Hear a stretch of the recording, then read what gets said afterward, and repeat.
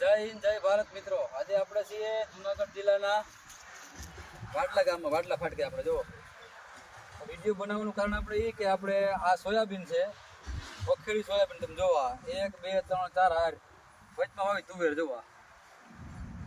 હવે આ તુવેર અને સોયાબીન ચોમાસુ પાકમાં ખેડૂતો વધારે પડતું મગફળી અને સોયાબીનનો તુવેરનો પાક લેતા હોય છે. તો અમુક ખેડૂતો છે એ સોયાબીન ને તુવેર કરતા હોય છે. તો ખેડૂત મિત્રોને મારે કહેવાનું ખાસ કે તમે સોયાબીનની હારે તુવેર વાવી દો, અથવા તો ટૂંકા ગાળામાં તુવેર વાવો, જેથી કરીને તમારે તુવેર નીકળી. તમે જુઓ અત્યારે આ તુવેરની કન્ડિશન તમે જુઓ, આ તુવેર વાવી છે હજી તો આ નીકળી માંડ માંડ. અને સોયાબીનનો ગ્રોથ એકદમ જબરદસ્ત હોય છે, એટલે આ તુવેરને નીકળવા દે નહીં. આપણે જેમ વડલા હેઠે કોઈ ઝાડવું થાય ઘડીકમાં થાય નહીં, એમાં વડલો થઈ ગયો તમે જુઓ.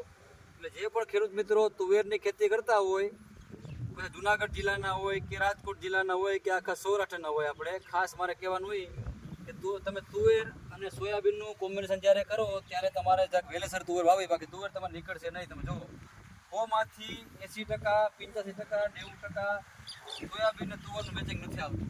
કારણ કે સોયાબીન છે ને એકદમ ગ્રોથ વાળો પાક છે, ગાયકા વૃદ્ધિ કરે અને ફાલ ફૂલ ગાયકા આવે, વૃદ્ધિ ગાયકા કરે, એટલે ઘણીમાં તુવેર થવા ન દે. એટલા માટે તુવેર અને સોયાબીનનો જે પાક છે ને મિત્રો, તમે જોવો જરાક વહેલી તુવેર વાવી તમારે જોવા. જોવા આખો ઘેરો છે આ રીતનો, 8 વીઘાની તુવેર છે. અને સોયાબીનમાં કાંઈ ઘટતું નથી. સોયાબીન જંગલી જાય છે, ગમે એટલો વરસાદ થાય તો કોઈ નુકસાન થતી નથી. આને ઓછો વરસાદ હોય તોય હાલે, વધારે હોય તોય હાલે. જોવા આટલો વરસાદ પડ્યો, આ જુનાગઢ જિલ્લામાં લગભગ 50 ઇંચ વરસાદ પડ્યો, 60 ઇંચ વરસાદ થઈ ગયો.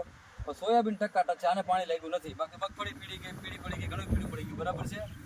તો જે પણ ખેડૂત મિત્રો સોયાબીન અને તુવેરની વેલી ખેતી કરતા હોય, ખાસ વિનંતી કે આ સોયાબીન તુવેર છે ને, તુવેર વહેલી વાવી છે, તમને તુવેર નીકળે નહીં ઘડીકમાં. ઓકે, જય હિન્દ જય ભારત.